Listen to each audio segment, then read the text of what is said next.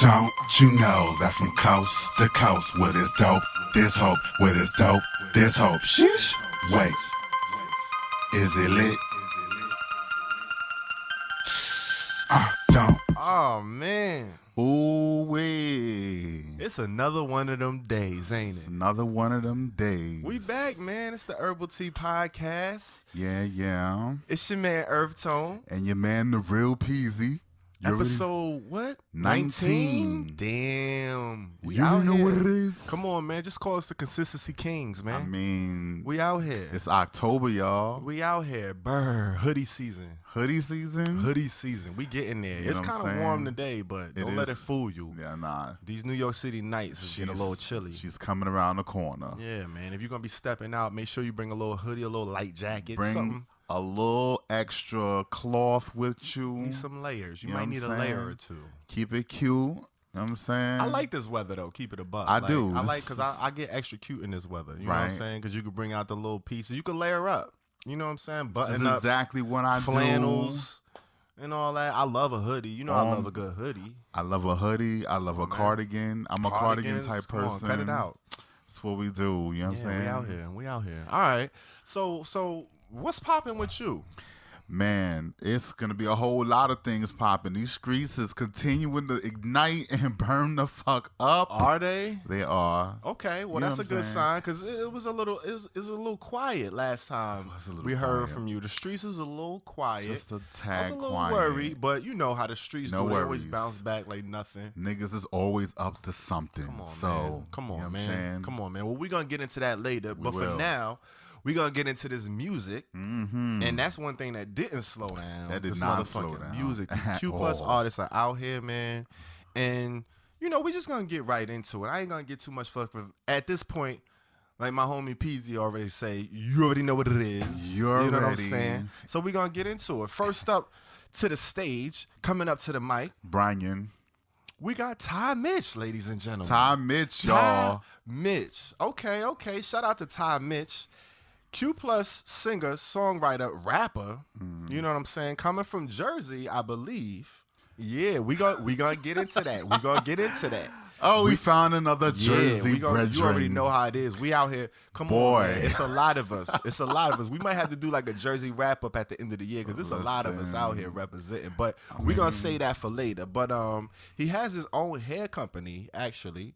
That I saw on his Instagram. He owns his own hair company, so he sells hair products. I don't know if he does hair as well, so he might be a hairstylist, but I know he got his own business. He got his hair going. Shout out to that because, for one, a young black man that got his own business, listen, salute to you. Always Kudos. salute. Nothing but love. For sure. He's a newer artist. If you go on to DSPs, you don't see too much music streaming from him. I believe the project we're going to review today is his debut, first project, Right. at least from streaming aspect. He might have released, mixtapes here and there in the past. But as far as the DSPs, he's a new artist. Performed actually with The Alliance, you know what I'm saying, nonetheless, the legendary Q plus super group, Fun consisting fact. of myself and the kid right next to me, Mr. Peasy, you know what I'm saying, including DJ Swanee River, Mr. B Hood. You already. You know what I'm saying? We tore it down at the pier last weekend. Shout out to Paint Gorilla. Don't give it Ghost all away. Project. We're gonna get into that. all right, We're all gonna right. get into that. Well, you know? well, that's a Simmer, little bit of a simmer fun down. fact. I ain't gonna give you too much of the details, but yeah, we performed with him. Ironically enough, not too long ago. Right. And he also collaborated with another HTP alum, Mr. Robbie Rockington. Absolutely, So shout that's out. dope as well. So it's a niche community out here. It's small. It's tight knit. We don't fuck with everybody, but we fuck with everybody. You know what I'm saying? So it's dope when you see, people that's out here doing their thing, and we could, invite them in with welcoming arms. For sure, for sure. What do you know about Mr. Mitch, Ty-Mitch? I actually first met him when we went to Bugs' barbecue. He had a barbecue not too long ago. Yes. Out in the Ville, Brownsville. Bugs and Chad. Shout where out to they them. stay. Shout out to them. It's always a Pink Gorilla connection going on somewhere. That's been the common thread. Yeah, I mean they for like a affiliates. bit. It's like Yeah. It's kind of wavy how everybody's kind of like coming together like that because it hasn't really happened in such a long time. So that's where I met Ty-Mitch at the barbecue. And, he came in with the big purple cowboy hat that he be doing in the Hey. pictures. And that's how I that was kind of a thing that stuck in my mind about Couldn't him. miss it. You know what I'm saying? So Ty-Mitch out here in these streets. Okay. Well, we're going to get into this music. You know what I'm saying? We know he got the presence. He got the style down. But what he talking about with this music? What he talking about? He released a new project, Mitchie Khan. You know, kind of like Comic-Con. You know what I'm saying? But this is Mitchie Khan. He bringing you to his world. This is his conference. You know what I'm saying? He dropped it in August 16th. 5 songs, 14 minutes. Indeed. So it's an EP, you know, short but sweet, a nice little offering, a bit of an appetizer, maybe a little bit more than an appetizer. I'm going to just get right into it, man. What we got? I gave it a 58% mid. Oh, did you? Yeah. Damn. Yeah. I actually enjoyed this project. Okay. Even more so than I thought I would originally. Okay. So he opened up with the joint. I think it's called Open. It's called Open, yeah. And I was like, oh, shit, okay. This is a hell of an opening. It was like a little teaser. It's under 2 minutes. It give you that, like almost a sultry R&B, a bit of that 90s-esque vibe, but a little bit more updated. Hard bass hitting drums. And then it's like, it was real sensual. And then he came in kind of, he was giving it up, giving it to you. Like, he's saying it's open. He pretty much giving you, like, look, I don't know what you got a taste for tonight, but in case you had a taste for something over here, I'm open with it. Like, we can get it in. You know what I'm saying? I know what you need. I know your taste. I know what you like. You know what I'm saying? Let me just come on over there, handle your needs. You know what I'm saying? I know it's going to be mutually beneficial. You know what I'm saying? He giving it up like that. I was like, oh, shit, he opened it up like that. I was like, all right, that was cool. Let me see what else he going to come with. And then he come with the Lil Wayne joint. Because on that joint, he's singing. He giving me like, he was like singing. He trying to, you know what I'm saying, sing your panties off. He got a vocal. I was like, all right. And he then got he came in with the Lil Wayne joint, and then he giving you bars. Like, he rapping. I was like, okay. So the hook, I enjoy it. Lil Wayne is actually probably my favorite joint on the project. I enjoyed that the most. I liked the beat. The beat was cool. It was giving me like a Tyga-esque type beat. It sounded like that Tatiana, that Blueface Tatiana. When it first come on and give you that boom, ba-boom, ba-boom. I was like, okay, it's cool. Got a little bop. And then he gave me, like, he's spitting hard on here. Like, aside from whatever he's saying, the confidence and the cadence and the flow is there. Like, you could definitely hear the Nicki Minaj influence. He got a lot of those flows, a lot of those rhythms. But he was kind of going off. You pretty much talking this shit. And then I like with the hook, he gave you the whole Young Money scheme. You know what I'm saying? Breaking it down with the names and all that shit. If he wanted T-Raw, what'd he say? No, something. The whole that whole little line I thought was cool. And then the other joints he brought in, you know, he took you different areas. The Bang Bang joint he got with Robbie Rocketson was cool. I thought they had a nice little matchup. I thought that was a good air and a good feature. They sound really well together. Like, I wouldn't mind sounding them doing a duo EP. Like, I wouldn't mind hearing that from them. That's how well I felt like they gelled on that joint. And then the Bang Bang he kind of took off of, you know, the whole Kill Bill soundtrack. The Bang Bang he kind of played off. It was like an interpolation of that hook, which I thought was kind of fly. That was a nice little joint. It was cool. The Rat Cheetah was not my favorite. That was probably my least favorite joint on the whole project. And that was like, it was like the strip club joint, but I felt like it was too similar to Lil Wayne for me. I thought it was like a knockoff version of the Lil Wayne joint. I felt like it was kind of just like a duplicate. Okay. And then the Passion and Fire joint, you know, that's like the little island vibe. He tried to take you there with the twist. And it was cool. I wasn't mad at it. Yeah, it was. I wasn't mad at it. But, you know, he's singing and rapping on here. And I wasn't blown away by the vocal performance as far as, like, the singing. I was more impressed with his rapping and the singing. He does have a nice vocal tone when he's singing. And I feel like, you know, he sounds really good like on like a hook or a bridge, but like I want to hear him rap more than I want to hear him sing, which I don't know where he trying to land. I don't know if he's trying to do the Drake thing where it's 50-50. But like I said, he's a new artist, so we know this is an introduction to him, so we figuring it all out. But for the most part, I thought it was a decent effort, man. I thought the production on here was really well picked. I thought he got a nice ear for beats. most of the joints on here, like, you know, when you hear him initially, it's like, okay, where he gonna take this? Because the production is dope, and then it's a matter of where he take you with it on the song. And I thought, you know, he didn't really give me nothing too deep. I can't really take anything personal about him away from this project necessarily. But, you know, for an introduction, you don't want to overwhelm the audience. You don't want to give them too much. Yeah. So it's kind of like a little appetizer anyway. It's a little taste. And listen, man, it was enough for me to chew off and want some more. So I'm kind of like intrigued to hear what he got coming next. I was pleasantly surprised with the project. Like I said, 58% mid. Shout out to Ty-Mitch, man. I get the chewing. You getting the chewing? Yeah, man. You know, I chew off a little bit. If it give me a nice little taste, I might come back for more. You know what I'm saying? Come back for more. Yeah. Yeah. Let's get it. What you thought? Well, shit. I mean, you gave nice, it all nice of that. Nice little breakdown. You know I went crazy. Why she give it a? Go ahead. I ain't gonna say nothing. Go ahead. What you thought? Well, for the most part, you kind of really echoed everything I always do. Of course, yeah, I echoed the same pretty thing. much. But what you give it? I pretty much agree with basically everything you said. I think Robbie Rockington and him make a nice pair. Mm-hmm.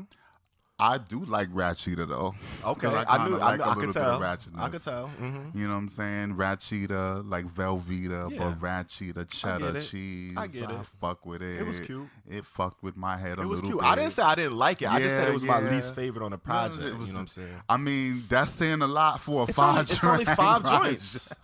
So, but I would definitely say pretty much the same things. He's got great production, great ear for beats. He does have a great vocal tone. He could build on it a little bit. I like his rapping a little bit more than his singing, but they're kind of 50-50 to me. Yeah. The rating that I gave it was a 55 mid. Oh my God. Oh, holy shit. Mid. That's damn. Pretty much. 3% off. That's pretty much it. Okay. So yeah. My least favorite was Fire and Pain, Passion and Pain? Passion and Fire. I think, I always fuck up Fire and Pain, Passion and Pain. You almost had it. Right. Shout out. And that's the only thing wrong with that song is I think it could have ended maybe one hook after the rap, but he decided to carry. He wanted to show you his vocal, but it's really, but then you gotta really build it. He didn't really go off. Yeah, he didn't really give you something to take home with. But the performance on it, the way Open opens the EP. Damn. I you think wasn't hooked genius. with Open? I was kind of hooked with Open. It kind of set you up for like a greater vocal performance because that was all vocals, like a minute and a half. Yeah. And that's kind of very much an old school trick. It was definitely of a tease. tease. Just a tease of what you got coming. Mm-hmm. But overall, the album is well-rounded. You do get a little glimpse of his personality, who he is. And I got to give Michigan the props. Oh, you know what I'm saying? Go check that out. You know I'm surprised. Yeah, 55% mid and a 58% mid. We pretty much damn right on. Pretty much. That's like a high mid. You know what I'm saying? Enjoyable project. Very like much. I said, Lil Wayne was my favorite. That's probably, did I playlist? I don't know if I playlisted. I might have playlisted that one. But overall, I thought it was a decent project, especially for your debut, your first offering. And, you coming to, you giving music to fans who never heard your music before. So this is like the first time they're hearing your thing. And, then, we don't have anything to reference it from or build it from. So this is just pure first listen. You gave bangers. I have to give it to him. You kind of gave bangers. Hey, man. Shout out to Ty-Mitch. Shout out. Go check that shit out. Mitchie Khan, available on all streaming platforms. If you don't know. As you were. Come on, man. You already know what it is. What we doing next, man? Next, bring it to the stage. Let's keep it moving. Let's keep it moving. We're going to switch it. We had a little bit of masculine energy. We're going to keep it moving with the feminine energy. Okay. Well, let's bring it on in. That's what we're doing. Who we got? The next person to the stage is CHIKA. CHIKA. Anybody ever heard of CHIKA? I heard of CHIKA. Listen, CHIKA, let me tell you a little bit something about her. She's a Nigerian-American rapper, actress, and model, born in Montgomery, Alabama. Okay. And she basically took her interest in music and slam poetry mainstream through viral challenges and freestyles. She freestyled over Jesus Walks and basically called Kanye out for his support for 45. Oh, hey, there you go. As it is. And she also did a Pride remix for a Ed Sheeran hit song, Shape of You. Okay. So she's out there kind of coming up in making that, a little buzz. And it got definitely went got her viral a some little attention. bit, She yeah. did go viral for that. A couple times. She also hit with some socially, conscious themes. She did a song called Ricky versus Alabama, which dealt with the 2019 abortion bill passed in Alabama. And that is what eventually got her signed to a major label, Warner Records. Wow. And she released her EP, Industry Games, in March 12th, 2020. Yes. And subsequently ended up on the XXL freshman list. She's out here. She's out here. Like, she just popped up. She's having a good year. Listen, I heard of this girl. I've heard waves about her. And then all of a sudden, before I knew it, she was out there. She's like, doing her thing. I think I saw one of the joints she went viral on. I don't know if it was the Jesus Walk joint, but I saw it was like a audio clip. It wasn't an audio clip, it was a video, but her just spitting. It was like a freestyle style type video. And she was going off, and I'm like, who is this chick? And then I saw her on like Tiny Desk.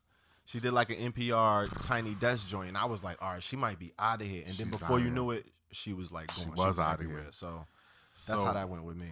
So check this out. I did see one of her freestyles on Funkmaster Flex. She went to Flex, and she kind of bodied that freestyle. So if you want to check her out, she really is out there. She's got a whole lot of little shit going on. She raps. Fun fact.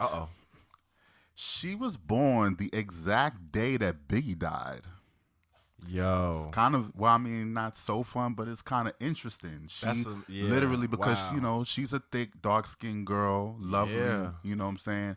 And obviously, Biggie, you know what I'm saying? You already know who he is, big dude, that's pretty fucking interesting. But her birthday, March 9th, 1997. Wow. So I thought that was pretty. Holy and shit. And of course, she comes out to be a rapper. I wonder where the timing lined up on that. Ooh, that's eerie. I don't know. Oof. I don't know, but Okay. But that doesn't really say anything too much about her. Just a coincidence, a fun little coincidence. Crazy. Yeah, it's a crazy. fun fact. Yeah, for sure. So she has this single right now called "My Power" from the Project Power Netflix. I think it's on Netflix. Netflix show. Yes, I believe it's a Netflix movie, right? Project Power with Jamie Foxx. Yeah, they said it's kind of like a superhero type movie. I didn't watch the trailer yet, but it looks interesting. I mean, Jamie Foxx don't do knockoff type joints at this point, so I want to see how it looks. So much content out there. It's a lot. But the Netflix movies are like blockbusters now. Some of them, like, so you could have a sleeper on there and you won't even know. Yeah, she got to move on it. I think she got a role. Yeah, she's in the movie. She's in the movie. So, and she has a song, and that's where this song comes from. My Power. Dropped August 14th, 2020. Okay. And I'm just giving it the rating. It's a 71 loud for me. Really? It is a loud. Holy shit! I'm gonna give it that because it is the type of song that does the job. It's a perfect song that a music supervisor would pick for a Netflix show because it doesn't do too much. It's something that could kind of it would play during the credits, and I'm not sure where this song plays in the show, but it's not too aggressive, and it has a positive message to it, and you can't really it has an uplifting message. You can't really knock it for that because we need all the uplifting messages, especially from sisters like her. We do these days and age anyway. You know what I'm saying? Not gonna get too deep into that, but I felt it on that end. Okay. Just basically an inspirational song that's perfect for a movie, and it works. I don't think there's really too much bad about it. Just the fact that it's not that original. But it's still a good listen. It's still a bop. You know what I'm saying? She's showing her singing and her rapping talents in there. You kind of get a little bit of a taste of both. So I fuck with it. Is that her harmonizing on the hook? The ooh. I'm going to say yeah. Okay. I'm going to say yeah. Okay. All right. That's interesting. 70%? Well, 71. 71%. 71. Loud. Okay. Look at CHIKA with the loud. Loud, CHIKA. I did not like this song. Ooh. at all. Wow. Yeah, I didn't like this song. Oh man. For the same reasons you said that you enjoyed, like it seemed like a typical music director was like, oh yeah, this is it. This is definitely the inspirational tone we need. Da da da. Like, I'm not playing this shit. I don't want to hear it ever again. I played it probably 5 to 7 times, and that was all of the times I need to hear it. Wow. I'm cool. And I heard CHIKA before. I fuck with CHIKA. She can rap. I heard other stuff. This song just really, it don't got no soul to me. It don't got no it don't got no originality. The production was super boring. Super boring. It was just like, it was unenthusiastic. Even her monotone flow, like she didn't even feel like she was feeling the song. Like, it was like, did she want to do this joint? Like, I don't know. That's how I felt. And I got it was inspirational. Sheesh. Like, it was supposed to be, I got it. But like, sometimes, like I said, those songs could be hit or miss. You could come off cheesy and extra formulaic, or it could be like a really dope kind of smooth joint. It just didn't have any extra spice to me. It was like somebody made macaroni salad and they put raisins in it, and it was just like, wow, raisins? You're gonna give it all of that? Yeah, I didn't like it. I didn't like it, man. And on this is going off of, I know she could like spit. Like, she's grabbed me with just her verse before, not even fuck the production. So I know she could go off. This was just it was a dull performance. Like, she didn't even sell me on it. Like, she didn't even feel like she believed that this was a fire joint. Like, I don't know. That's what I got from it. I could be totally off, but yeah, I gave her 28%. Reginald Jane. My worth is my power. After a while, I got tired of hearing that shit. I'm like, all right. She said, my word is my power, right? Or my worth? My worth is my power. And I got it. Well, I mean, I guess it hit for me. Whatever she said. I guess it hit for me because I wanted to hear something like that. And I get it. And I don't want to be knocking anybody who could resonate with the message. I do kind of low key feel what you're saying, though. But it just was a drag for me. I was like, ugh. I don't know. I guess because I was expecting like her to go off. Like, I don't know. I was expecting something totally different. But it is a soundtrack joint. But it sounds like a typical soundtrack joint. Like, it's not too many joints off soundtracks that you go and add to your playlist that you enjoy listening to on a regular basis. And this is one of those joints. It's like I could see it fitting at a perfect scene in a movie and be like, okay, yeah, I get it. Boom, boom, boom. But I don't want to go hear that shit no more once I leave the movie theater. Like, but it's playing in the credits. It's like you leave the movie. Yeah, I'm probably not even gonna see the credits. So I'm gonna bounce before this shit come on, because the song came on. I don't want to hear it. My worth. It's good. Yeah, it's perfect for the credits. Yeah, you know, good for the credits. Yeah, play it during the credits, and then that's it. That's the only time you ever need to hear it. You're not sticking around for the Easter egg after the song is over. I feel bad because you got me ripping CHIKA. Like, I don't want to go in on her like this, but I just feel like this was one of those. I respect this is one of those power plays. It was like, all right, I'm in the movie. I do music. Let me do a song. Oh shit, yeah, this makes sense. Of course, the music director loves it. Of course, they don't know nothing about hip hop. It makes sense. We got Jamie Foxx. Great. I guess I'm looking at it like, if I got that opportunity. And if I would have did the shit. I would have did the shit too. But I wouldn't be surprised if somebody was like, yeah, this shit is Reggie. Yeah. I'd have been like, you know what, my nigga? You probably right. Yeah, but you know. But the check was a dope. power play. It was a power play. And I'm not mad. And I get it. I'm not mad. But this is a music show. It's true. It's true. And we're going to talk about the music. We got to talk about the music, not necessarily about the business. True that. You got it. But listen. 71% loud, 28% Reginald James. We've been off before. We've been on the other end of the spectrum before plenty of times. So you know how that go. It is what it is. Y'all go check it out for yourselves. For sure. Shout out to CHIKA, My Power. Go check out the movie as well. Jamie Foxx is in it. And I think it's the dude that played in Jumper. I forgot his name, but the white boy that played in Jumper. Project Power, streaming on all platforms. Watch the mic, you know what I'm saying? Wakanda Forever, you know what I'm saying? My Power. Go check that shit out. See, and this is when he carries, because he already don't fuck with the song. And I'm being extra. I'm just saying. All right, who we got next, man? I'm going to bring in the next one. I think you got the next one anyway. So, Come on. This is an interesting one. I never heard of this guy before. You actually put me on to this one. Shout out to Bronze Avery. Shout out to him. I love his name. I love his name too. I like his stage name a lot. Yeah, Bronze Avery, that's kind of fly. Q Plus, singer-songwriter, based in L.A. He's actually originally from Orlando. Comes from a military family, so he's a military brat. Moved around, man, quite a bit. He lived in Seattle, VA. Shout out to VA. You know what I'm saying? VA, one and only. VA zone right here. DC and Atlanta, just to name a few. This was an interesting story I saw. And this was like, I think it was on his wiki. So according to his Wikipedia, he was outed by mistake due to a shared family computer. And a nigga like me can relate to that. I wasn't necessarily outed by my computer, but I remember those days of only having one computer in the household and everybody had a login. And sometimes everybody didn't have a login. You had access to the parents' login. So you couldn't just have your own shit and your cookies. You ain't know about cookies and history and all that shit. So you be on the wrong site. You fuck around and slip up. Don't remember to delete your shit. And somebody else log in. Shit. So that was striking to me when I saw that. And I also thought it was kind of interesting that it was in his wiki. So I don't know if his Wikipedia is created by him. Is that accurate? So that was pretty interesting.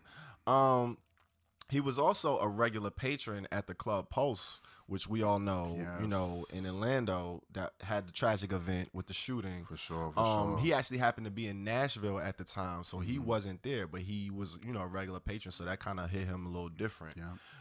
He also lists Charlie XCX as one of his major influences musically. So I thought that was interesting as well. But, you know, you brought him to the table, so what do you know about Bronze Avery? Do you have a fun fact? Fun fact. I don't know. I got a couple of fun facts for you. Okay, we'll bring them on. He did, I don't know if you know about So Far Sounds. Have you heard of So Far Sounds? It's like a concert series for independent musicians, and it's sort of like a movement because they have different chapters in different cities. They're everywhere. There's a ton out here. Okay. I went to a So Far Sounds show actually the week before coronavirus kind of became a thing. So it's like a franchise. It's sort of like a franchise. It's different people run different chapters. And sometimes they do stuff over video where they allow the artists to kind of, you know, they're doing it more now because, you know, social distancing. Okay. But he did a performance on there, and he performed 3 of his songs, and he shouted out Black trans lives and advocated for BLM on the show. Also, he did an interview for Pride Month on Billboard with Nicole Scherzinger of the Pussycat Dolls. Okay. And got some career advice because it was one of those where he was able to ask her whatever question he wanted about, you know, a music career. Dope. And Nicole Scherzinger, of course, is the lead singer or one of the main people in the Pussycat Dolls, another one of his influences. So I got into some of the advice she gave. And she said basically one of them was no point in trying to prove yourself to people all the time. Stick with people that see your talents. I thought that was kind of the peak of that. Man, I was actually I had that thought the other day because it was on some, you know, as far as like, you know, independent artists trying to promote and get themselves out there, like trying to chase somebody down or beg them to. Because I had somebody I had somebody that kind of, I guess, came across my page. You know, and this is somebody I see in real life, and they were like, "Oh yeah, like, you know, I gotta get to your podcast, or I gotta listen to it." Like they feel obligated because they see me doing something that they gotta tune in and listen. I'm like, look, don't feel like I'm not begging you to go listen to nothing. If you get around to it, you get around to it. But don't feel obligated that when I come around, you gotta be like, oh yeah, I gotta check out your.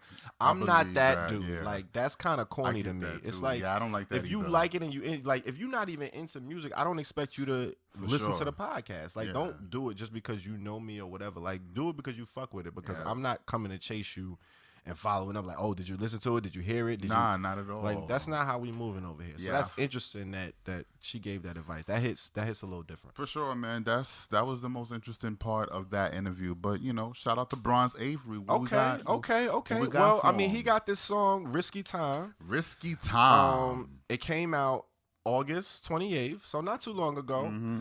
Decent length song, 2 minutes 44 seconds. Listen, man, I like this jam, man. You like this song? This is a jam for me. I gave it a 70% loud. 70% loud, and I'm gonna tell you why. When it came on, immediately the production just give me a certain vibe. It just it put me like on a beach somewhere. It put me somewhere nice. Somewhere that I'm just feeling good. I just got some good news or something. Like before I even hear his voice or vocal or anything, the production just did it for me. And I was like, okay, this got a nice feel. It's a nice vibe. And not to compare it, but you know, comparing it to the production on the CHIKA joint, which we just interviewed. When I heard that, it was just like, you know, the music kind of puts you in a different zone, a different vibe, a different pocket. And when I heard the beat, when it came on, I was like, okay, this is dope. I'm getting Miami vibes. What we taking? And then he came on with the voice, and he was giving me hints of a young Slim from 112. I was like, okay, he giving me a little bit of the tone. Oh, that's the yeah, you voice. see? That's what I was like, okay, this is a little slimish. I was like, I like this. But one of the drawbacks that I do take from this song, even though I liked it a lot, it's a bop, it's a jam. I thought his tone, the melody and everything, his decisions on the song, I appreciated. I thought were dope. He kind of blends his words a little bit. And he slurs to the point where you can't even really decipher the lyrics to the most part. Like, you got to use context clues. You might be able to grab one word every, 4 to 6 words, and it's like, okay, what did he say there? It was like, this shit is jamming, it's grooving, but, I don't know what the fuck he's saying. I'm trying to decipher the lyrics, and it sounds like he killing it. But then you go to his webpage, and this is a first. I've never really seen this before, and I'm jacking this shit. Hey, listen, Bronze Avery, I'm telling you now, I hope you tune in because I'm jacking this shit from you. I'm going to give you your credit, but I'm jacking it. I've never seen an artist have their lyrics to their songs on their page. So if you go to his page, he got 3 singles out right now. And each of the songs, each of the singles, they got a different picture, and he lays out the song lyrics to his shit. It's in an artistic way, but it's like, I never thought to put the lyrics to my shit on my page. So when a motherfucker come to check me out, they want to know what it is. It was like, oh shit. So he got the lyrics to this whole song written by him right on the page. And I go and I listen to this shit, and I like the song that much more, reading the lyrics and being able to oh, that's what he said. He's lyrical with it. He says some shit in here. The one quick line that stood out for me, that popped out, and you know how I feel as far as people kind of leaning into their whole, their identity, the Q plus shit. We need those badges. We need those examples. Right. I think about, when I was looking for Q plus artists coming into the game and how hard it was to find people and shit like that. So when people lean into that, I love it. Under the Sky in the Heat of July, Getting Lost in the Scent of Cologne. That did it for you. Come on. You painting pictures, though. You ain't just going to paint that picture if you don't know what it is. Come on. Niggas ain't writing that. Who writing that, though? Like that? Slim from 112 is definitely not writing that. Slim is not writing that. But he sounds like Slim. Mm-hmm. So that's what I'm saying. Man, listen. That's all I got to say about it. I'ma just pass it off. I'ma hand it off. You know what I'm saying? Because I have a feeling that we're going to juxtapose on this one. You know what I'm saying? I just got a feeling. But what did you think? What did you? I don't know. Got a feeling? Just call it a hunch. Feelings. Just call it a hunch. Listen, hold on. I gotta ask. Have you seen the video for this song? I have not seen the video. You should. You gotta get into these artists' videos. I know. I've been sleeping on videos. You be sleeping on the videos. I have to get into the video just to see what's going through his mind. What he giving? And the video's kind of cute. He's in a movie theater, but it's him by himself performing for himself. Okay. And so he's watching himself in the audience. He's in the audience, and then next thing you see him on stage performing the same song. I love a little bit of a hey ya effect. Yeah, from a artistic standpoint, and the way the theater looked, and the way they made the theater look in the video with all the red chairs. Fly. And I also like his vintage kind of aesthetic, because he kind of carries that in a lot of his music videos. I really, really fuck with that. And I'm thinking he self-directs or at least works with a good camera person That kind of was with the brand. that kind of can help him with his image and all of that. And I really value that as part of the package. You know what I'm saying? Okay. So I respect that. Nonetheless, oh shit! I knew you were buttering. I knew you was lathering with butter. Motherfucker. All right, go ahead. But wait a minute. Hold on. Oh, go ahead. But wait a minute. Go ahead, do your thing. So the song itself, I'm not as excited about. Okay. Not as excited about this particular song. Fair enough. Because for the reason that you highlighted, and he does kind of slur his words. Now, boy's a cutie. Because I have seen the interviews. I mean, man, he's gorgeous. Like he's definitely a cutie pie. But I definitely think that he could work a little bit on the songwriting in my perspective. Because the hook is supposed to be the part that hooks you, and it did not hook me. You know what hooked me was the part before it, the bridge. Because I mean, that's the pre-hook. That is the pre-hook, but that's not the hook. That's not the wow. The hook is supposed to be there to bring you in. Fair enough. And I didn't get that. I didn't get that. And I didn't understand what he was saying because he was singing the timbre that he has is kind of playing with the beat, right? Yeah. Like it was like the words were kind of like they were melting away. It was weird. And he double tracked it. As in, like he was trying to do his own background vocals, and sometimes, it's a way to do it. Yeah, it's a way to do it. Some people can nail it. Everybody not Brandy. Everybody's not Brandy. I was just gonna bring that up. Brandy can do her own vocal effects, and she wins every time she does all her backgrounds. Yeah. And you could tell he's kind of still a little bit wet behind the ears as far as like songwriting is concerned, because that's a very important thing. You got to make your hook, I feel like, something that sings to people and draws them into the song. And his verses were good, and the pre-hook was good, but that hook, didn't. And I really like the 80s vibe of the song, the production. So the production slapped when they came on. It didn't take you somewhere. No, it did take me somewhere.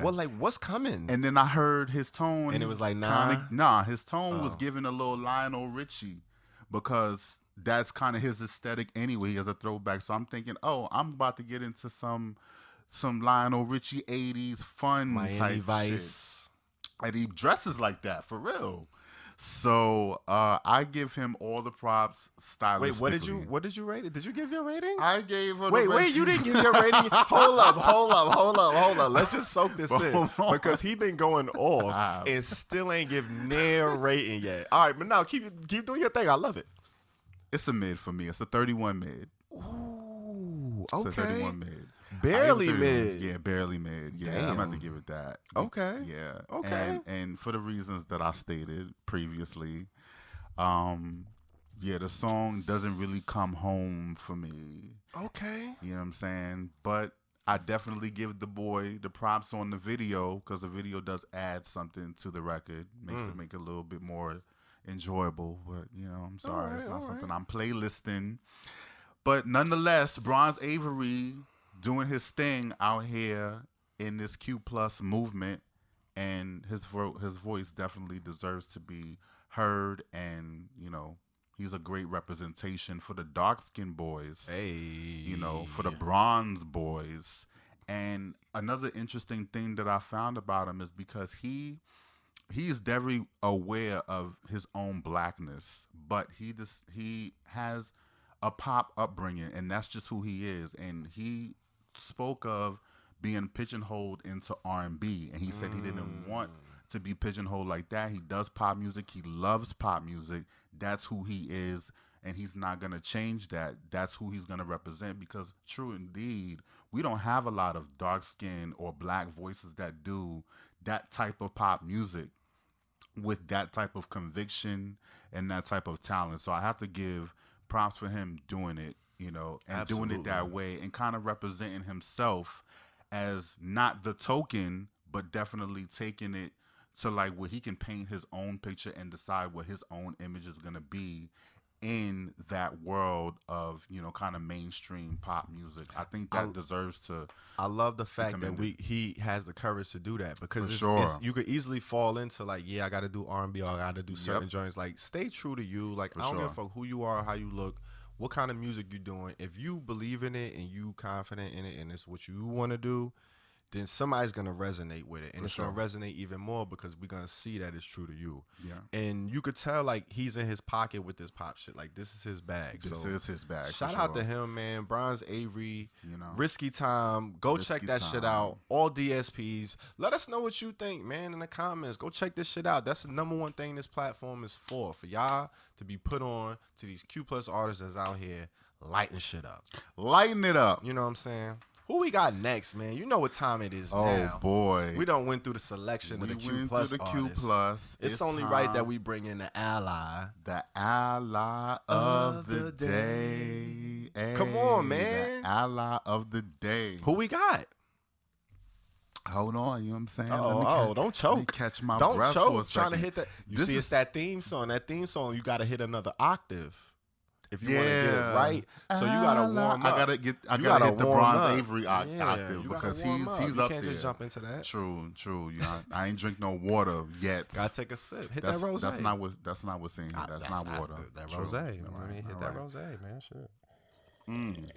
All right, so the ally of the day is a doozy. Okay. Chloe and Halle. Ooh, lay it on them. Chloe and Halle. They have quite the fucking resume. It's going to take me a minute to get through. Let the people know. Run into it. Give us the abbreviated version. I'm going to try, but they really got some cool shit going on. All right. Jesus Christ. So excuse me if I kind of like give it up to them. Mm-hmm. So they're an R&B duo, two sisters from Atlanta. Yep. Signed to Beyonce's management company, Parkwood Entertainment. If y'all don't know, just look at the fucking credits. Come on. Since 2015, after a string of minor acting gigs and videos uploaded to their YouTube channel of them singing various, and they sing a lot of covers. Various. Such as Best Thing I Never Had, Applause by Lady Gaga, Roar, list goes on and on. And of course, Beyonce pretty much has had her eye on them. I would guess for a while because they did make an appearance in Fighting Temptations, a very old movie. Yeah, I think this was like 2015, 14. When that she caught their eye. That she kind of caught them, and that's about the time that they got signed. Yeah, they were in the Lemonade film, and then of course when you're signed to Beyonce, you only get the best of the best. So you're gonna open for her. You're gonna open for her, and you're gonna open for whoever else is popping out here in R&B. Stop it. But she opened for Andra Day as well. Not only that, they got acting credits. You know what I'm saying? They were. Let's see. They have a theme song and they have a part on Grownish. Let's see. You know what I'm saying? Yep, Rose on Grownish. I think they sing the theme song. Their professional debut in music began in 2016 Sugar Symphony EP, which got them performances at the White House. So they got introduced to Michelle Obama. They got a performance at the BET Awards. And like I said, opening acts. Released the opening acts for Beyonce and Andra Day. Released the mixtape The Two of Us 2017, named Best R&B Project by Rolling Stone. And their debut album was The Kids Are Alright in 2018. They got to go on Coachella, Baychella, because obviously that was the year that she kind of took over the shit. Makes Beyonce, sense. You know what I'm saying? Why not bring out your proteges? Why not bring out the proteges? They ended up going on the run tour as well. So I think we get it. They out here. You done gave them like 80 bullet points. I did give them. And you still ain't tell us why they allies though. Why they allies? They are allies mainly because they performed at the GLAAD Awards. Okay. They did do the closing performance there. Okay. And they kind of showed out. Everybody, all the kids were pretty much here for them. This was the virtual joint. So they kind of gave it up. Fun fact, they produce most of their own stuff. They write and arrange pretty much the majority of their music. They're self-taught musicians. And so they have this song. That's big. Self-taught musicians. Self-taught musicians. And actually, Chloe is the heavy load producer. She does Yes, most of the production. That's true. That is definitely true. Yeah. So now they have this song, Do It, which is in remix form because the original version, The original is out of here. is already out. It was on their newest album that came out this year, The Ungodly Hour. So, and they turned around nearly 6 months later to give us this remix, blessing us with. Well, the original did really well. It did. It was was their well first. It received. was their first single that charted. That hit Billboard. On Billboard, yeah. So let's not let that be For sure. We gotta definitely, they They capitalized on really the well. success of They that was trying song. to extend it. This was like the, what do you call it? The addendum. Yeah, the addendum. Addendum. For I sure. said the addendum. The addendum. This The is like the addendum. for sure. And so with the addendum comes features from the likes of Doja Cat, City Girls, and Mulatto. Okay. All-star female lineup. All-star female lineup. I like it so far. And guess what? What happened? You guessed it. It came out on Beyonce's birthday, September 4th, Oh, that's what that is. 2020. See, awful. I like that. I The love the branding, synergy. I yeah, love the synergy is definitely there. I love that. Because here's the thing about Chloe and Halle. I've known about them for a while, but it wasn't always public that they were signed to Beyonce's, and that's understandable. But see, she was grooming them. She was grooming It was them. on some, okay, I see y'all. Y'all going to be my proteges. Yeah. We're going to groom y'all, and then we're going to let people And know when then we sign y'all. y'all gonna have it. Y'all gonna That's have what labels should do, though. Right. Like, you shouldn't Artist development. sign like 1,000 artists. it. For And sure. then only 2 of them is successful. It's Yeah, like, yeah, no. yeah. Like, focus on a handful of artists that you could really give all your resources to, put the time and energy, and make them pop. I think and do it like that. I Like, think that's the benefit. That's really that's fly. the I one love thing that. that artists who own labels really, really win on is they're able to groom the artists and they're able to bring back artist development, which the industry has been saying has been gone It's for important, years. man. But artist development is. Because listen, we're still in artist development as the way I see it because we got to learn That all was this shit actually one of the ourselves. follow-ups for G. But that's a sidebar, but we'll talk about that later. But yeah, but that's a whole a segment of the music industry Pretty that's much. like almost gone or obsolete. It's like Yeah, crazy. Yeah, and it's very sorely needed because you can see the way these artists are coming out. And anyway, Yeah. they have Do It remix, and we're gonna give this song a fire. Ooh. 76. Okay. Stop the bullshit. On the Richter scale. On the Richter scale. Hot. Listen, this song is produced by Scott Storch.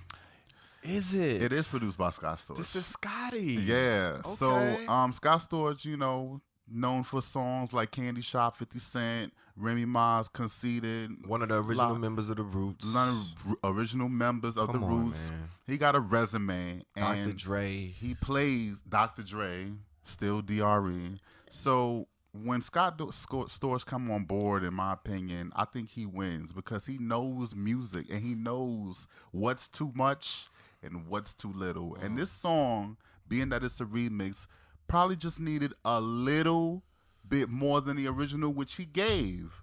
Because of the production breakdown at the end is different than the way it was. That was the only thing that was different. As far as musically. Not really. Musically.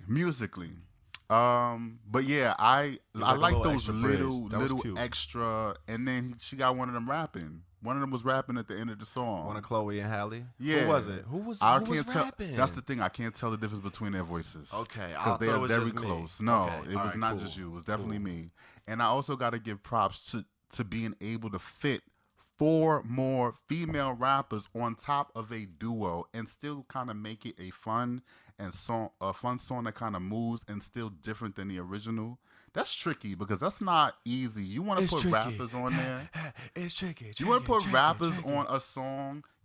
A lot of producers just go for the default by just giving them a bridge and letting them go off. But the fact that they fit these girls on there, And that's they what. came in and out, and they kind of really made their point, and none of them overstayed their welcome. They gave bars, they gave their That's styles. 6 girls on one song. That's 6 girls on one song. So it's kind of giving a run for like Brandy's "I Want to Be Down" remix, which had like 3 female rappers. I think this kind of sets the tone for the female power anthem for this generation this year. Very good representation of who's out. And I give it that. The song isn't that original. It doesn't really shake the room. But at the same time, I got to give the girls props for pulling this one together. Okay. I really fuck with this song. Honestly. Okay. So what did you give it? A 76. 76. Loud. Fire. That's You a called fire, the right? fire That's show. a That ain't fire. loud. I did You fire. called- Yeah, I did fire. that's the first Fire. fire of the show. Woo! Okay. I like the song a lot. I mean, I love the original. Mhm. I thought the original was fire. Mm-hmm. The remix, I don't love as much. You don't love No, the I gave it a remix. 63% loud, which, I Oh. mean, that's still a really great, Still that's a good. good grade. Yeah. I really like the song, but I didn't think the remix did it justice. I feel like if you're going to do a remix, it either got to add something substantial to it or it got to be better than the original. And I didn't feel like this did that. I found myself missing like the original hook. Like they say the hook on here, but it's almost like a pre-hook to kind of just throw it in real quick, let you know, all right, this is the original. And then they go back to getting to the ladies because they had to fit everybody in there. Yeah. And then I didn't think that the features all kind of showed up. What? I thought Doja Cat went off. When Doja Cat She came was in, I was actually my like, least favorite. I thought feature. she was first, right? She was first. I was like, yo, who is, I can never tell who she is. Every I time I hear her, always- I never know who it is. But I thought she went off. I thought the flow was crazy. I thought her presence was dope. She kind of stood out to me. City Girls were City Girls, but they felt uncomfortable on this track to me. They didn't feel like this was their pocket. I didn't get the flows from them. I got they felt like they had to throw in all of their normal catchphrases. Like, all right, we got to get all of these in. So let me let y'all know we the City Girls, and then we out of here. Like, it was kind of. You got to get a period. Yeah, it felt like that to me. You got to get that. You're going to get that every City Girls verse. And then Mulatto was cool. I thought she kind of showed up because I'm not too familiar with Mulatto. Yeah. And she kind of impressed me a little bit. I was like, okay, she was my favorite in there. Yeah, she kind of knew, and I want to look at her a little bit more. And I thought Doja had her on the flow. I thought Doja's choice of flow on the beat, like the way she attacked it, was better. But I thought Mulatto had the better lyrics. But even still, like I felt myself like missing the original. Like, all right, where's Chloe? Where's Halle? I kind of want to hear that hook again. It ain't coming yet for a minute. Like, you know what I'm saying? Like, and it wasn't terrible. Like, mind you, none of the ladies did a terrible job, but it just wasn't enough for me to be like, okay, I'm gonna go listen to the original before I listen to this. You know what I'm saying? And if for you to do a remix, it's kind of like, if you don't make me want to listen to the remix a little bit more, then it's kind of like, all right, you kind of failed at the job. Oh But man, but it's damn. still, but the song is such a fire song that I still think it's allowed. Like even with that shortcoming, I still feel like the song is so dope. You can't do too much harm to the song because it's like, as long as you got that beat and you bring back Chloe and Halle and those melodic ass, soft ass, sensual ass tones with that do it hook, like, all right, I'm cool. You know what I'm saying? But I just didn't think it was as good as the original. So that was my take on it. Man, But you hey, didn't think shout it out to was all the that. ladies. I love the lady empowerment. I love that, you know, they went and grabbed some of the hottest chicks in the game right now. I really and like you fuck with that, said, too. it's like a ladies' night type joint. Like the remix, like they trying to bring back that shit. Like you don't see those no more. So Yeah, I love for the sure. fact that they did that, and I give them all of the kudos in the world. And you, like you said, the Brandon is there, Beyonce. I mean, it's Chloe and Halle. They just got nothing but bigger things to come. I can see For it. sure, But I shout out to totally- them for being allies Shout out of to the day, them. man. You got a loud 63%. You got a 76% fire. You know, Peasy don't bring out the fire. I don't bring trucks. out the fire. It's too been a much. minute. I It can't has been a remember. minute. That's why I was like, damn. Okay. It's been kind of dirty lately. You feel me? Yeah, It's been kind of dirty, like you've but been giving out dirt. I'm glad that we're back on the other side of All right, things. all right. Well, there we go with it. I mean, hey, I'm taking a little page out of your book. I'm giving out Reggie's and shit. Yeah. So, you know, it kind of goes, it Yeah. ebbs and flows. It That's ebbs how and it's been the whole flows. year. So go back, start from episode 1 if you're not paying attention, and catch up, and you'll know how, you know what how we're we talking giving it about. up. You know what I'm saying? So, hey, that's the music segment.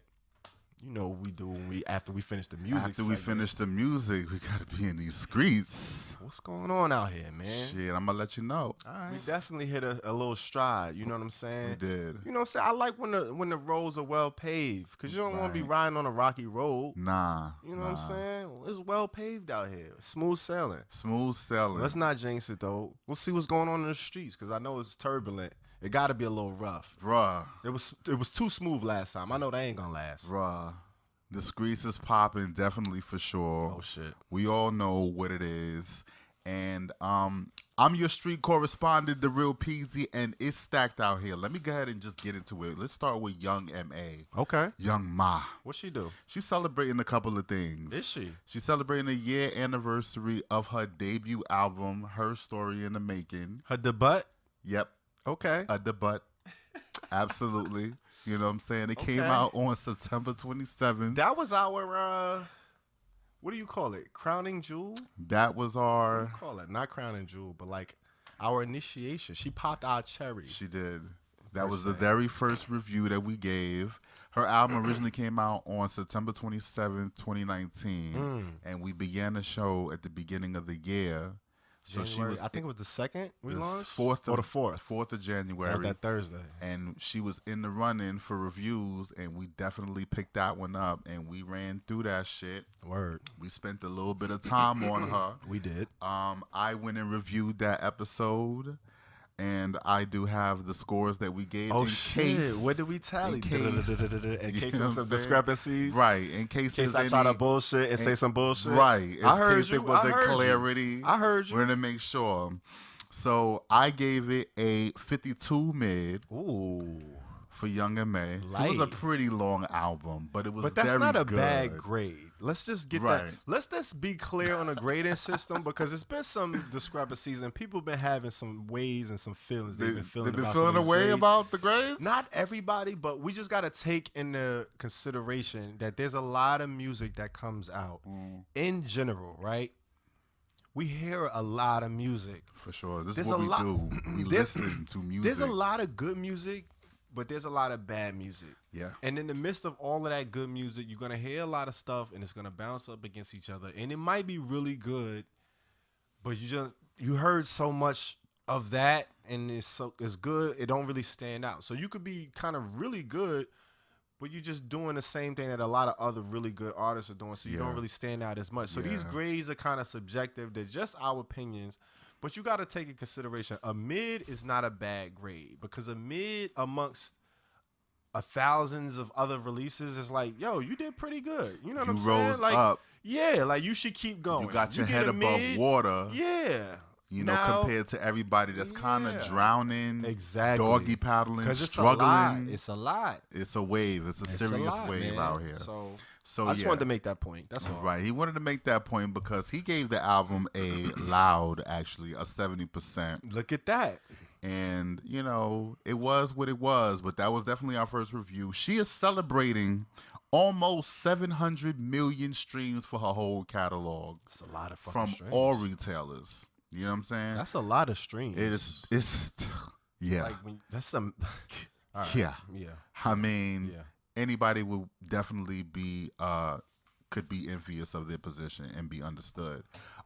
She has 2 gold singles, and they're both from the album Big, which I fucked with, and she also had Petty Wop, which was not originally on the album. It was a single that she put out maybe a couple months or a few months after the original album came out, and then it went viral. They attached it to the album. So they take the song and attach it to the album to kind of make the streams count for the album. I ain't mad at that. I ain't mad at that either, because shit, I do the same damn thing.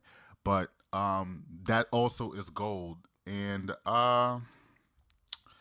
for sure, we're definitely celebrating with Young M.A. and all her success out there in this industry, being an openly gay rapper. Shout out to Young Ma. And all of the respect that she's getting from the likes of Eminem and, you know, Beyonce. So she's doing her thing, considering. All right, so shout out to Young M.A. Word. First openly gay female cast member, Punky Johnson, joins the roster on SNL this season, which I believe begins October 3rd, which is Saturday. Oh, shit. So you're watching this on the 1st of October. So in a couple of days, SNL's coming back. They will have an extra addition to their LGBT family because they already have Bowen Gang, the first gay male Asian cast member, and Kate McKinnon, a longtime cast member, is also openly gay.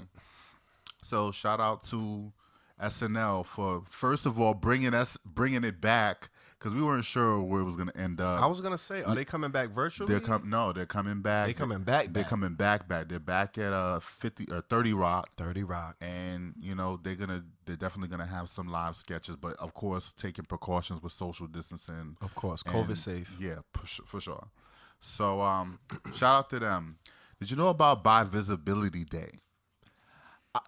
I did not know about it, but I found out about it. Yeah. So this is interesting. What you got for us on Bi Visibility Day is on September 23rd of every year, and it, of course, was not too long ago.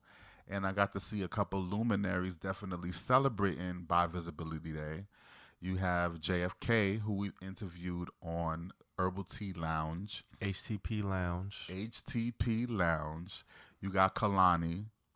And you also have footballer Ryan K. Russell, all kind of giving it up for Bi Visibility Day. Now, do you know how long this has been in existence? Since the 90s, actually. Really? Yeah. Since about 1993, this has kind of slowly but surely been a thing because, of course, bisexuality has its little thorns in people's side. People don't always get it. They don't take it seriously. Absolutely. And Some people are rubbed the wrong way. They're rubbed the wrong way. They don't even want to acknowledge it. But, that's what Bi Visibility Day is all about. And it does get a little bit slippery. I would say more for males than females. Absolutely. Because for males to be bisexual, it kind of carries its own baggage. It's already not the thing that is favored the most by the black community, period, as far as like black bisexual people are concerned. And a lot of, us, I don't know if you went through it, perhaps I did. Before I came out, I just went for the bi route. And I was like, I'm going to identify as that if anybody ever asks me. Yeah. And I see that in a lot of the stories. It's almost like we talk about like when a the artists purgatory coming almost. Out. Yeah, it's kind of like sort of a safe zone to kind of do what you do if somebody were to ask, but you could also make the argument that, hey, I'm still fucking bitches too. That's interesting. I never heard it put that way because I never had that phase. Like I kind of went from just in the closet straight to like, all right, I'm out. Fuck it. Nah. So that's interesting that you put it that way, like that being like a part of the phase. You know what I'm saying? It wow. is indeed. For me, it was like I have to lose my virginity to a female first before I even think about trying something. Not saying that I didn't skirt both sides, but that was a thing for me. Yeah. To kind of make me feel okay with where I was going. So, that's kind of a reason why I guess bisexuality gets a bad rap. But for sure, for males, that's one thing. For females, it's a little bit fluid because they're naturally, they skew a little bit more fluid. Whether we're talking about pansexuality, we're talking about things like two-spirit, or they don't want to label themselves. You got a lot of females out there that, kind of may fall into the bisexual spectrum, but they kind of outside the lines a little bit. Yeah, they tone the line. Yeah, so, that's the whole thing. But Bi Visibility Day definitely deserves its acknowledgement. It is September 23rd. Shout out to that, man. I'm surprised to find out it's been in existence so long. Like, yeah. Because I really just found out about it. So for it to be a thing that long, that's dope. I heard about it last year, but I was like, pretty much, this seems to be a holiday for everything. So, of course, I'm really guilty. Does, though. Yeah. So that was kind of my thing. But I definitely respect it. And I, shout out to everybody that identifies as bisexual. Okay. Well, look at that. Openly or not openly. Yeah. There it is. So, next thing, we got the Time magazine. They came out with the top 100 most influential individuals. Ooh. And there was a lot of 100? top 100 influential people of 2020. And there was a lot of Q plus and ally presence in this list, shall we say. What a year. What a year. And we're going to go through them. I'm going to go ahead and give you a little bit of a, rundown on what happened. We have Billy Porter. Okay. With an essay by Cyndi Lauper. Black Lives Matter founders Opal Tometi, Alicia Garza, and Patrisse Cullors. Two of them are openly gay, and the third one is obviously not. With an essay by Trayvon Martin's mother, Sabrina Fulton. Wow. This powerful shit. We got Dwayne Wade and Gabrielle Union. They were on the list. Okay. Essay for Dwayne Wade was written by John Legend. Essay for Gabrielle Union written by Me Too founder Tarana Burke. Okay, interesting. Dapper Dan. And I'm giving Dapper Dan because his essay was written by Missy Elliott. Anybody that knows, stop. Yeah. Okay, If you that's know fly. about Missy Elliott, she's definitely a big style icon. And Dapper Dan is basically the man who broke barriers as far as collaborating with high-end fashion designers and creating a space for people of color. Man, you talk about having a presence in hip hop as early as like Rakim. Yeah, absolutely. Eric being Rakim, like with the custom made Gucci dope boy outfits. He made Ghetto Fabulous a thing. Before it even had a name, Ghetto Fabulous was Dapper Dan. That's and crazy. This is exactly my whole, I kind of look up to that. I like that because I think we deserve to be acknowledged in that world, and we deserve to acknowledge ourselves as kings and queens. Absolutely. But that's just my whole thing with fashion. But Dapper Dan was top most influential by Time Magazine. Shout out Halsey with an essay by BTS. Okay. The is it Asian or excuse me, K-pop group? K-pop group. We have Chase Strangio. I don't know if you've heard of him. I have not. Chase Strangio had his Mommy essay. Stranger. Exactly. I did the same thing. But that's why I had to get into him a little bit. Okay. He runs the transgendered. He's the deputy director for the transgender justice at the ACLU, which is the American Civil Liberties Union. Okay. He was part of the legal team representing Amy Stevens, who was the plaintiff that in the first heard case in the Supreme Court involving transgender civil rights, which won. That was the thing that happened this year. It was a 6-3 decision in favor of protecting people at the workplace against sex discrimination and gender identity. It's a big deal. And that is a very big deal, and he was on that team. So his that made that actually happen. Essay written by Laverne Cox. Okay. You know what I'm saying? Angela Davis. She is an activist involved in she go back to the 60s, second wave feminism. If I don't stop hitting this goddamn mic, I don't know what's happening. I don't know what the fuck going on, but I'm kind of like getting into this zone. I'm fucking living for You it. act like you're not used to having a mic in your face. Listen, see, why you gonna try to play me right in the middle of my seat? I did it. First you gonna take all the weed and I'm then he go. Nah. All right. All right, let me get back to the screens. Shout out to EarthTone. We be having inside jokes. That's funny. All right. Angela Davis. Yeah, she's been around since the 60s. She's been part of Black Panther. She's been part of the second wave feminist movement. She's been openly lesbian since 1998, according to Out magazine, and her essay was written by Common. And last but not least, Ella. Yeah. I get a lot of Common references.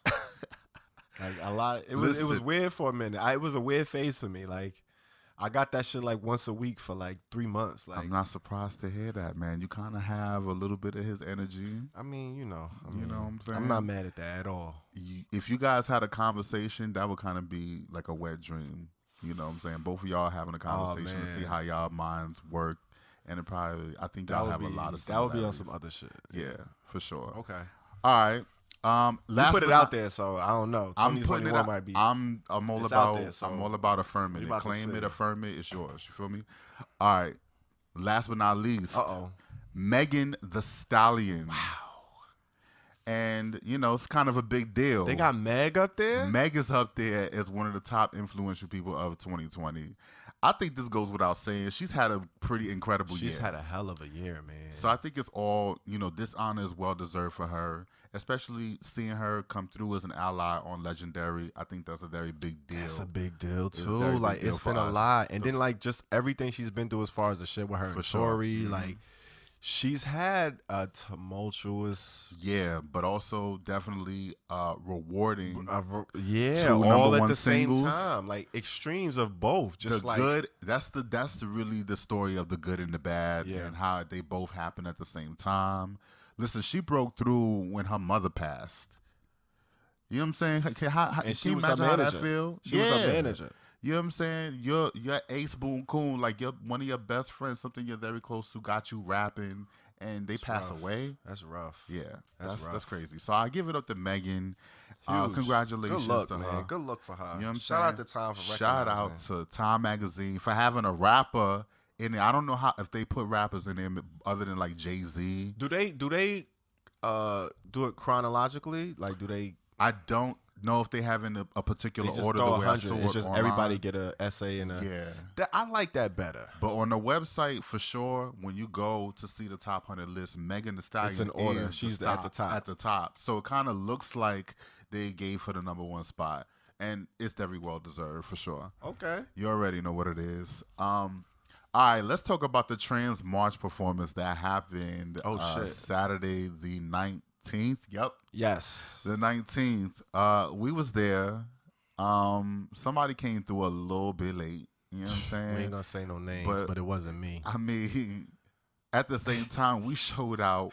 We looked good. We was Always. chilling Always. because the time that he came late, I think it made it worth it. I It think probably took another hour before we even performed. It made the performance definitely stand out just a little bit more. Is that what it was? I think so. I'm just Okay. going to give it up. Okay. You know what I'm saying? Because we affirm things around here. Heard you.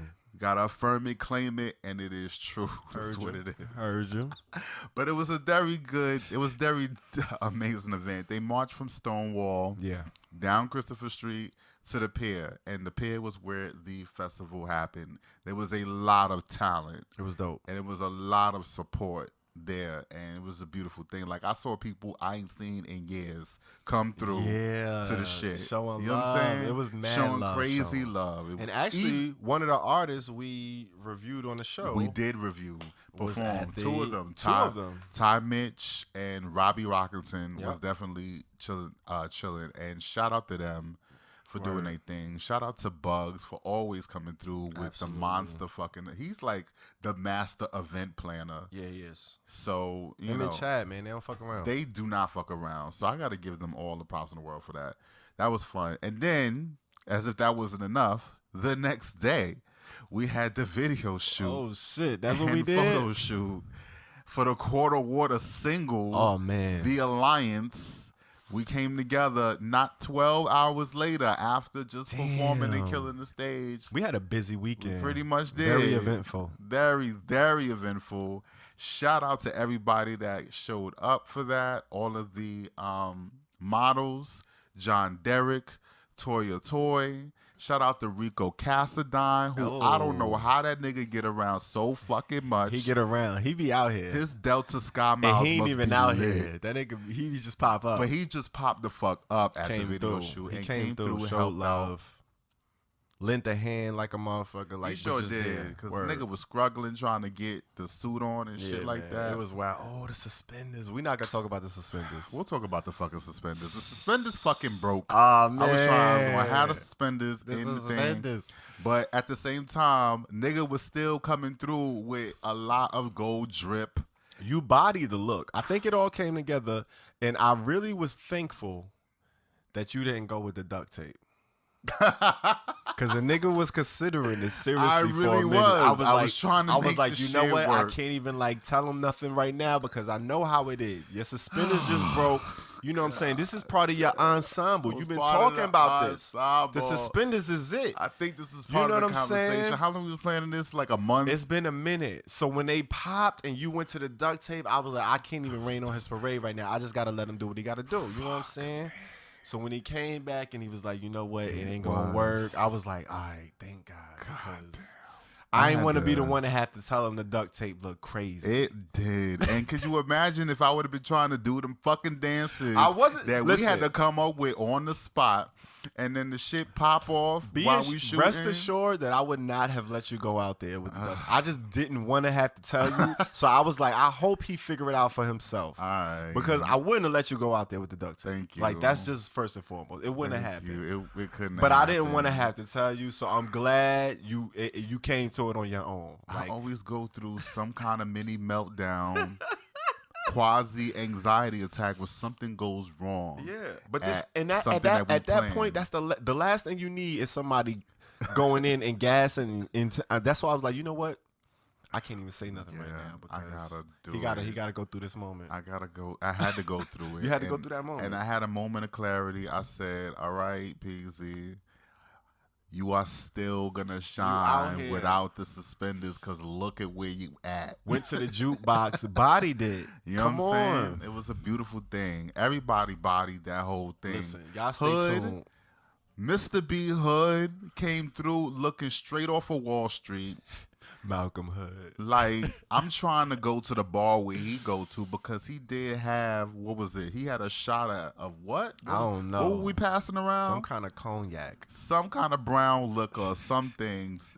Things was going down, and Hood was looking like a snack. Yeah. You was looking like a snack because the vest. You brought the vest back. The tats was glistening. You know what I'm saying? The vest was out. I had a little bit of taco meat shining for the kids. Have all you know what I'm that. saying? But y'all gotta stay tuned. Just be. I really do.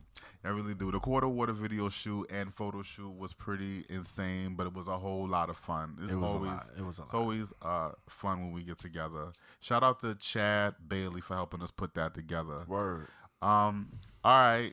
Last but not least, I got to talk about this situation. What happened? So I got awarded Tenant of the Year by the Supportive Housing Network of New York. Fam. So a little synopsis. Of New York, though. Of New York. The state. Not New York City. Nah, state of New York. Yes. It's a big-ass state. It's kind of a big deal because, if you don't know, I stay in supportive housing. I was formerly homeless, and I was lucky enough to get a social worker that got me into the housing that I'm at, which is run by a nonprofit organization, the Doe Fund.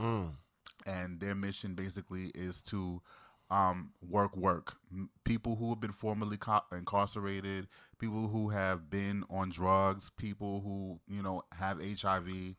It's the type of, and it provides housing for those who are for homeless and, because of those reasons. And it tries to reverse the tide on recidivism, because that's the thing. You go to jail, you come back out, you don't have any qualifications, you end up doing the same shit. Get caught in a loop. And get caught in a loop, go right back to jail. And they want to stop that by providing opportunities for people who've been formerly incarcerated. So that's part of their mission, the Doe Funds. That's where I stay, and they're part of the Supportive Housing Network of New York, which consists of a lot of different organizations that basically do the same thing, provide housing for people who were formerly homeless. It's like an epidemic of its own out here in New York. You guys living in New York kind of know rent is what's going on. It's not light. It's serious. It's really hard out here, and you can tell. Just you go on any train, guarantee you by the end of your trip you'll find somebody that passes by who is homeless. And that's what it is out here. That's how serious the problem is. And it's only getting worse now that we have a pandemic. But supportive housing aims to do that, aims to kind of alleviate that problem. I went to lobby earlier this year for funding for supportive housing. And I think because Supportive Housing Network of New York, the staff was there, they got to see me go out and speak to these legislators, telling my story, telling how it's helped me. You know what I'm saying? And just kind of making myself open to them. And I believe that that's how they kind of got wind of it. And, here's the honor. So it comes with, there's a gala that'll be happening in October. And I did a documentary. A whole doc. The next day, That's crazy. After the quarter water video shoot. So it was a busy-ass weekend. I was up from like 7 in the morning, and it was like a 12-hour shoot. We shot from like about 8 7:30 in the morning to about 8 at night. And it was pretty fun, and they really got a whole story out of me, like of everything I've been through, where I come from. And they're going to show this at the gala in front of basically the who's of people who are out there in supportive housing, which is something I advocate for. Like, I believe there's no reason people should be homeless, go without the basic as necessity. Rich as this fucking country is. Absolutely. It's really a passion of mine, and more so because I've been through the homeless situation. It was hard. It's all I gotta say for now. Yeah. But it was an honor for them to like bring this, honor to me, just because I really just do my own thing. I'm just out here trying to survive and kind of make, to be cliche, $1 out of 15 cents, because we don't get much out here. We don't get much going for us when we're in America, as you can clearly see. We can't even sleep in our own beds in peace without maybe a fear of somebody busting our door down to kill us. So that's what I'm saying. This is all I'm trying to like say at the end of the day. Yeah, that we deserve way better. But I definitely appreciate the honor, and this is what it is out here in these streets. I'm out here really in these streets. Congrats, homie. That's a big deal, man. Congrats to you. Thank you so much. That's a big look. You know what I'm saying? Holla at me if you need any more information about the Dope Fund, about supportive housing. I got you. Listen. I am the story. That's what it is. And that's what's going on out here. You are the story, and you are the streets, apparently, because you know everything that's going on in the streets. Everything that's going on, because there's so much love out here. It's a lot of love, man. It's a lot going on. Well, we're going to take a little load off and kind of tone it down a little bit, around this time. That's what we like to do. I'm going to go ahead and hit this, you know what I'm saying? Man, let's do it. We having a smoking session. In the Smokin Section, man. Let's go. All right. You already know what it is, man. You know what time I like how we did that. I like how you introed it, and then I kind of piggybacked and ad-libbed it. You know what I'm saying? Listen, natural. Man, around this time, we like to get into it. We always inquisitive. We got a question. We got a query of the day. What's popping? What is a dispensary? Ooh. I know you heard the term before, but do you really know what it is? Do you know the origin? Do you know how it came about? Like, where did they come from? They ain't just pop out of nowhere. You know what I'm saying? So that's what we're going to talk about today. What is a dispensary? I mean, essentially, it's pretty much a weed store when you break it down. It's pretty much a place where you go to cop your trees. You can purchase them. You can buy different strains. You can get different weed products. You can get oils. You can get pens, all types of shit. It's pretty much a Walmart for marijuana products, right? And it ain't that big. I mean, I said a Walmart, but it's a store. Like, it's like more like a bodega. You know what I'm saying? Yeah. You go there and you cop your shit, right? Yeah. So currently, there are 30 states in the United States that allow medical marijuana dispensaries. Now, medical marijuana dispensaries are somewhat different from recreational marijuana dispensaries, and we're going to talk about the difference between those two later. But there are 30 states that allow medical marijuana dispensaries, and then among those 30, there are 10 states. Why are you laughing?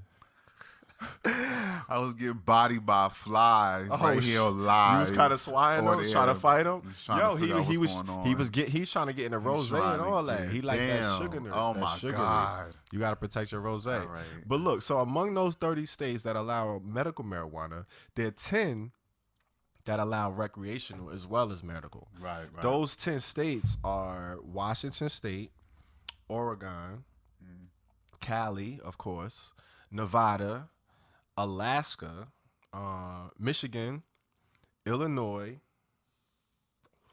Massachusetts, Vermont, and Maine. All right, so no place, not where we at physically right here, but it's a few states out there that allow both. So you could go there, you could go to the dispensaries. You don't need a card to get in. You be good. You out here. But the first medical dispensary actually opened up in 1992 in San Fran, and it was called the Cannabis Buyers Club. That was the name of it.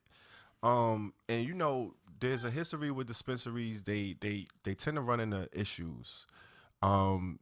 We all know, federally it's not legalized. There are state laws, like we said, certain states legalize it, but the state laws don't trump the federal laws. So if they want to crack down on it, they can. They want to be dickheads about it, they can. So it depends on what they decide to do with it.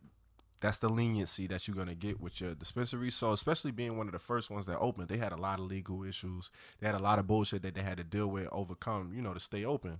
But now today, that's very different. You got dispensaries all over the place. Like we said, it's 30 different states where you can medically buy marijuana from a dispensary legally. And when we talk about the difference between medical and recreational, the only difference is you need a medical card to go and buy, marijuana from a medical dispensary. Right, so right. you got to get a doctor or certified. Like, it's a whole process, which we actually going to get into in another segment, because that's a whole category within itself. Like, that's a whole process. So we're going to get into it. I'm going to actually try to get me a card, because I don't have one right now myself. And for me to be a smoker the way I am, I know I could get them up. I need Sherlock Tone to get on this So we're job. going to work on that on another one. But for now, we're just going to keep it on the dispensaries. So the dispensaries, when you go there, I mean, like we said, you can get all types of marijuana products. They're going to have all of your craziest strains. Like, you can go there and it's like a grocery store. Like, you get a variety to pick from. You're going to get the descriptions, and they actually employ bud tenders, they call them, which are people who kind of specialize in the strains. They know all the info, so you can ask them all types of questions about, like, the Wait, THC. repeat that. They're called bud tenders, not Bartenders. bartenders, bud tenders. Bartenders. Yeah, these are the employees that work at the dispensaries. And they're well versed in the knowledge of, all things marijuana. So they can let you know things about, THC content, different strains, what they do, sativa, indica, what's the differences, shit like that. So I could come in the dispensary and be like, yo, you could be a show novice me to your bud tender. Exactly. And they're going to come exactly. through. And they be like, what you need, my friend? Okay. That's how they greet you normally. You know what I'm saying? But they're going to pull up on you and they're going to let you know what it is. And that's another thing. Not only are they places where you could go and cop your trees, but they providing jobs for the community. You know what I'm saying? That's not nothing light. You know what I'm saying? Like, especially, with the way the economy is, especially after COVID hit, we need jobs out here. So that's something they could do. Throw the mask on, be COVID safe, sell your trees. Yeah. Apparently we're like a generation late when it comes to the dispensaries.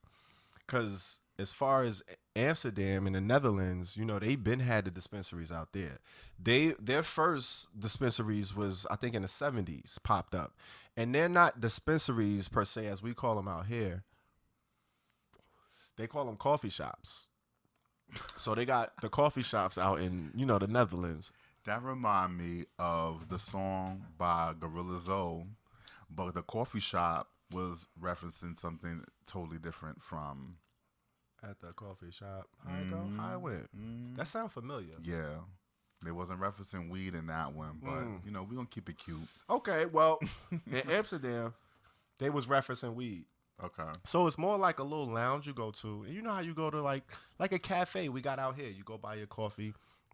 Imagine going to a Starbucks, and instead of being able to sit down and purchase some coffee and sit down and, drink your little coffee, you get a laminated menu. And it got different strains of trees on it. And I actually had a personal trip to Amsterdam. Me and the homies. And I think I spit about this. I forgot the song that I spit about it on. It might be Seedless. Was it Seedless? Yeah, I talked about this story, but it was a true story. So around my college years, me and a couple of homies, we was heavy into smoking, and we decided, you know what?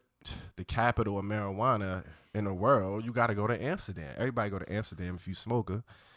They known for having to legalize marijuana. This was before the laws were more lenient in the States. You know what I'm saying? Now today it's like, all right, it's kind of, it's getting there. It's like only a matter of time. Back then it wasn't so much, clear cut. So we was like, we're going to go to Amsterdam. We're going to plan this trip. It started off, it was like 30 of us was going to go. Mad head signed up like, yo, I'm going. We was hype. Woo, woo, woo. By the time it got down to it, it was like 3 of us, man. We was like the last 3 amigos that was still with it, still trying to go. Last of the Mohicans. Yeah, we was like, you know what? Fuck it. This shit was meant to be. We gonna go. We made it happen. I was able to get the money up. I was like, you know what? Fuck it. We going. Boom. Went, landed. Ain't had no plan. We just was trying to go smoke. We went out there for like 5 days, 6 days, 5 nights, some shit like that. We had a nice little stretch. Man, as soon as we got there, landed. We get on the trams. They got like trolleys out there, like San Fran, the shit that like ride on the tracks on top of the streets. Everybody out there on bikes. They ride mad bikes and shit. Fam, we get out there, we hop out. We was like, all right, we gonna go to the museums. We gonna check out the scenery, landmarks, and all that shit. We on the tram. First coffee shop we saw, we was like, boom, pulling the fucking stop, like stop, get us all, boom, boom. All we did was go into coffee shops. Like the whole time, we just went on a coffee shop tour. Fam, they got like a guide of like all of the coffee shops in the cities with the maps so where you could just go around and just hit coffee shop. We was walking right by museums. Like these is historic museums. Like shit that hold like all types of crazy pieces of art and shit. We was like, fuck that. We just going to all of the coffee shops, man. That shit was a ball. And you know what they do out there? They don't roll their trees just straight like with trees and a blunt. They mix their shit with tobacco. Like everybody does it. So it's a thing out there. So when we was in there, when we was at the bar, like just rolling up blunts and shit, we brought blunts with us. Right. They was out there rolling papers and mixing it with tobacco. They was looking at us like we was crazy, but it was like a thing out there. But I tried it once and I was like, it's not for me. I don't mix the tobacco in my shit. But just to be able to go into like a regular bar, be able to like order a drink and then order a couple grams and like roll up right there and be like, I gotta go back to Amsterdam, man. It's been a minute. Damn, that water looked blue. Yeah. It was nice. So, that's Amsterdam. But we was kind of, we was lacking a little bit. We was behind. We dropped the ball a little bit. But we caught up eventually, and we had our first dispensary in 92. And now, like I said today, the dispensaries are all over the place. So much so that now you have actual apps and programs that'll help you locate where a dispensary is near you. You know what I'm saying? A few of them, one of them is called Weed Advisor. You know what I'm saying? Like TripAdvisor, Map Advisor. You got Weed Advisor. You know what I'm saying? You download the shit on your phone, put in your zip code, and they tell you where the nearest dispensary is. Leafly is another one that's also a site and an app. You know what I'm saying? That you could use. It's another weed resource. Weed Maps. And there's also one called Mary Jane. Like not Mary, M-A-R-Y, but it's M-E-R-R-J. M-E-R-R-Y Jane. So Mary Jane. And there you have it, man, pretty much. And the only difference between, they have medical dispensaries, like we said, and they have recreational. Right. The biggest difference between them is, like I said, the medical one, you need a card. So you need some kind of certification that you saw a physician. And they were like, okay, you got headaches. All right, here, you got a little prescription. You can go and do your thing. Right? That's kind of like the ID you need besides your regular state or government ID. And then with the recreational, you don't need any ID. Anybody above, depending on your state, either above 18 or above 21, it's like liquor. Like you could go to the store as long as you got your ID, you get some trees. And that's only in 10 states. So the medical also, as far as the price, they don't really tax you like that. When you got the medical dispensaries, your tax is either going to be very little or no tax at all. You know what I'm saying? But when it comes to the recreational, whole different story. Nigga. Talk about Uncle Sam, he getting his. Like they grabbing. They coming through. They giving you with like 20, you're going to pay like 25 to 30% tax. Like that's crazy when you think about it. It's like a credit card bill. Yeah, so it's like, hold that. You paying me all of that. And you're going to pay it because you want the trees. And it's cash. You could pay with your card too. That's the other thing. You could pay with your card. I don't think it comes up as like Weed Inc. or nothing like that. You know what I'm saying? You ain't gonna see it on your statement, but you can pay with your card. But that's another thing. You don't want that shit. Maybe you don't want that trace to be on your shit. You want to pay. You prefer to pay cash. I don't know. It's a whole thing. But you definitely gonna pay that 25% tax. They're gonna get you on that. So just keep that in mind when you go into these recreational dispensaries. And that's about it, man. Like I said, on the next one, we really going to get into actually how you get your medical card. Because like I said, you got 30 states out there that is legal and medically. Yeah. And New York is one of them. New Jersey is right across the water. I don't know where y'all listening from, but it's global too. So you could go on and check one of these sites and find out, what's the legislation, what's the state laws, how it's going down in your country, where you at, and get up on these trees, man. I think we need to make a trip to Amsterdam. I think we need to make that trip to Amsterdam, and we got a couple of trips we got to make. We got to go find out where the moon rock is. We got to go Amsterdam. But first, I really need you to figure out how to get this medical card. Yeah. Or the card for the medical marijuana, because I'm all about the medicinal. Yeah, that sounding like it's gonna be. That sounding like essential right now. But I mean, as always, That's all we have, man. We gonna end this bitch. On a high note.